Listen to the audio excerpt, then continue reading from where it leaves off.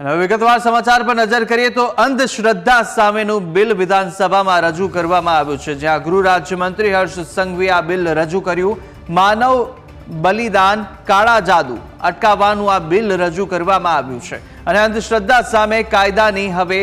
માંગ ઉઠી રહી છે। જે રીતે અંધશ્રદ્ધાના અનેક કિસ્સાઓ સામે આવ્યા કે જેની અંદર માનવ બલિ ચડાવવામાં આવતી હતી। કાળા જાદુ ટોણાને લઈ અનેક માનવ બલિના કિસ્સાઓ પણ પ્રકાશમાં આવી ચૂક્યા હતા અને ગુજરાતના જે ગ્રામીણ વિસ્તારો છે, આંતરિયાળ વિસ્તારોની અંદર અંધશ્રદ્ધા નાબૂદી માટે એક ઝુંબેશ પણ ચલાવવામાં આવી હતી। ત્યારે હવે ગૃહ રાજ્યમંત્રી હર્ષ સંઘવીએ આ બિલ રજૂ કર્યું છે કે જ્યાં માનવ બલિદાન, કાળા જાદુ અટકાવવા માટે મહત્વપૂર્ણ અંધશ્રદ્ધા સામેનું આ બિલ છે તે રજૂ કરવામાં આવ્યું અને અંધશ્રદ્ધા સામે હવે કાયદાની પણ માંગ ઉઠી હતી। તેને લઈને જ હવે એક બિલ રજૂ કરાયું છે। તો આજે જ્યારે સત્ર મળ્યું હતું અને સત્ર દરમિયાન ગૃહની કાર્યવાહીમાં માનવ બલિદાન, કાળા જાદુ અટકાવવા માટેનું બિલ છે, અંધશ્રદ્ધા બિલ રજૂ કરવામાં આવ્યું છે। તો અંધશ્રદ્ધા સામેનું આ બિલ છે જે રજૂ કરવામાં આવ્યું વિધાનસભામાં। મહત્વનું છે કે અંધશ્રદ્ધાના અનેક કિસ્સાઓ સામે આવ્યા હતા કે જેની અંદર માનવ બલિ સુધીના કિસ્સાઓ જોયા હતા। ગુજરાતના અનેક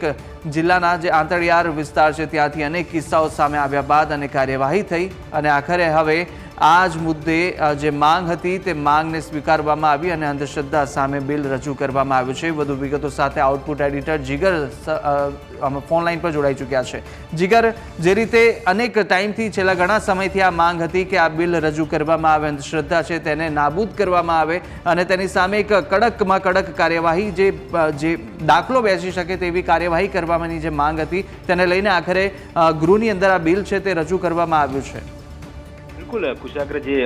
આખો જે અંધશ્રદ્ધા નિવારણ સામે અને અંધશ્રદ્ધા જેટલી ફેલાય છે તેની સામેનું આખું એક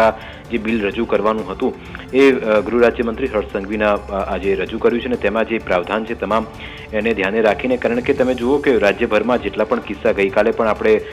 એક વિશેષ કાર્યક્રમ દર્શાવ્યો હતો એ જ મુદ્દે કે કેટલી ઘટનાઓ, કેટલા અંધશ્રદ્ધાના કારણે લોકો પોતાનો જીવ ગુમાવે છે, મેલી વિદ્યાનો શિકાર બને છે, ધૂતારા લોકોને છેતરીને પોતાનો ધંધો ધીકતો રાખે છે। એટલે પણ હવે આવી મેલી વિદ્યા કરનારા લોકો સામે એક કડક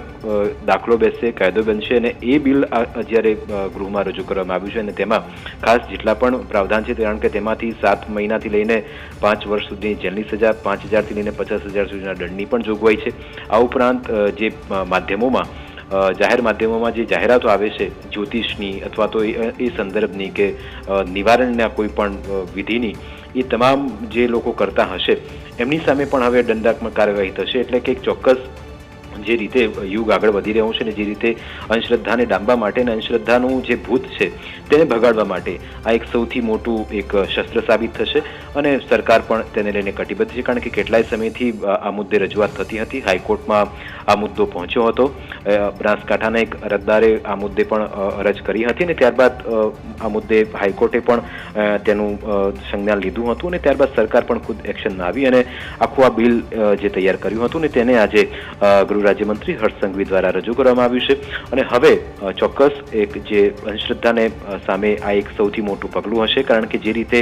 તમામ જગ્યાએ આપ જુઓ કે ગ્રામ્ય વિસ્તાર હોય કે શહેરી વિસ્તાર, તમામ જગ્યાએ આ એક દૂષણ એ સમાજનો એક જાણે હિસ્સો બની ગયો હોય તેવું ફલીભૂત થતું હતું, પણ હવે